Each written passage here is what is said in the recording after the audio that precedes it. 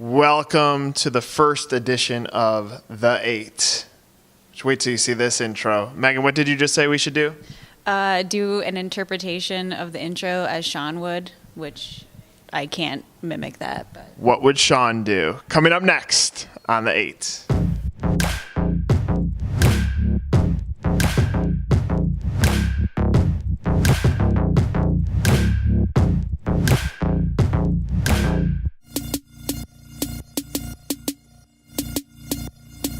So what was that you said during the break? what would Sean do? WWSD.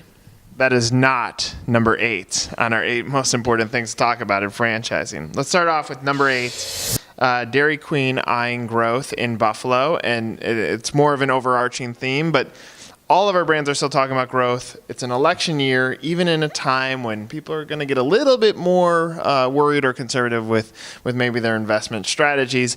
Brands are being aggressive. Are you seeing this across all of our 1851 brands?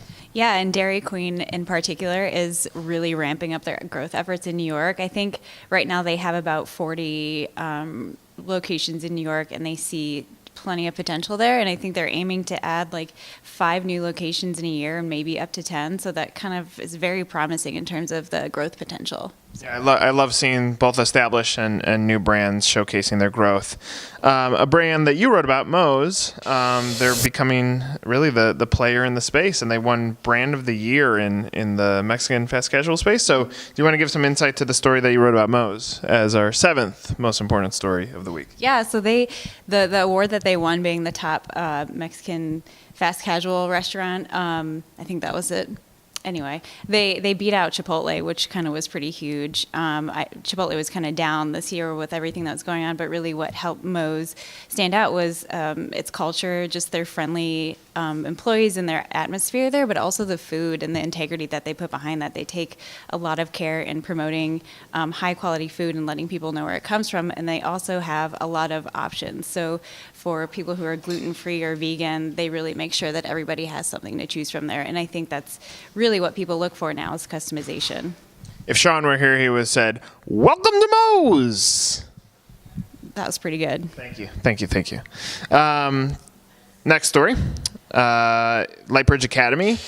Interesting story, and obviously we have all the franchise growth pieces for those that are looking to get into brands, but this one, it's more of their brand positioning and something that they do that's beneficial. And they talked about in the story that you wrote about easing anxiety for students when they're going back to school, that it is something that's fairly anxious to come off of summer break and jump back into school. You want to talk a little bit about that? Yeah, I think what's unique about Lightbridge is that they approach it from both the parents' perspective and the student's perspective. So they do whatever they can to make sure that the parent is calm, because that in turn will kind of calm the kid. And so what they do is they have this kind of like this monitoring system where a parent can view how their kid is doing in the classroom and kind of what they're experiencing. So at the end of the day, they can engage with their kid and talk to them about their day.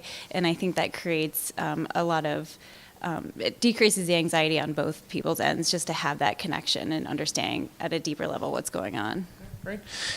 This issue, if you haven't noticed, we've added the franchisee voice. Smoothie King's Jared Johnson and Cole Watts from Mojo are featured this week. Be sure to read those. You can see them. We're calling them out with a little bit different creative, but we're trying to tell the story from the franchisee's lens. What did they go through buying a franchise? How hard was it? What were their struggles? What are their successes? So for those of you that are looking to buy a franchise or get into it, those are great examples of people that you could be like or probably have a similar story to you. So be sure to check that out. As we are working on the next great brand issue, we have a story on how Arby's capitalized on pop culture, the meats, their commercials, Jon Stewart. It's interesting because you see a brand here, Megan, that it's an older brand. Maybe they got stuck in the mud a little bit, and now they're climbing back out. We're starting to see that with a lot of legacy brands. I'm sure some of the ones that you've even covered. Mm-hmm. Yeah, I think about like Burger King, for example, when they're rolling out all these like weird concoctions, like their Cheetos and mac and cheese bites and things like that, and they're just really. They're odd enough to get the attention of like millennials and younger crowds, and I think that in a way is creating this extra buzz around them where there wasn't originally. Let me translate for those of you who are watching. When Megan says weird about Cheeto flavored anything, she delicious. Okay, moving on. Next story. Lou Malnati's, for those of you who don't know, that's a Chicago favorite. They've announced that they are going to grow outside of Chicago. So, rest of the country, you're welcome. We have Social Geek Radio. They're covering again, and we've talked about this before. Fran Tech is coming up at the end of October in Austin, Texas.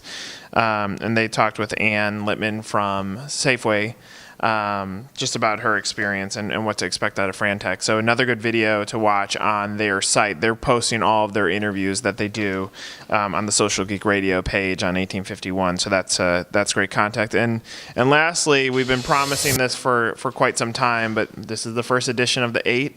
Hopefully you loved the opening just as much as we did. You can see a little glimpse into franchising and get jazzed up about maybe the franchise brand you're going to buy or the franchise story that you have to tell. The beauty of 1851 is we're storytellers, so we want to humanize all of the brands that exist in franchising and tell those stories, and this is yet another way that we're able to do it. So thanks for watching the 8. Do you want to close it with a Sean impression? I'm good, thanks. All right. We'll see you next week, Sean.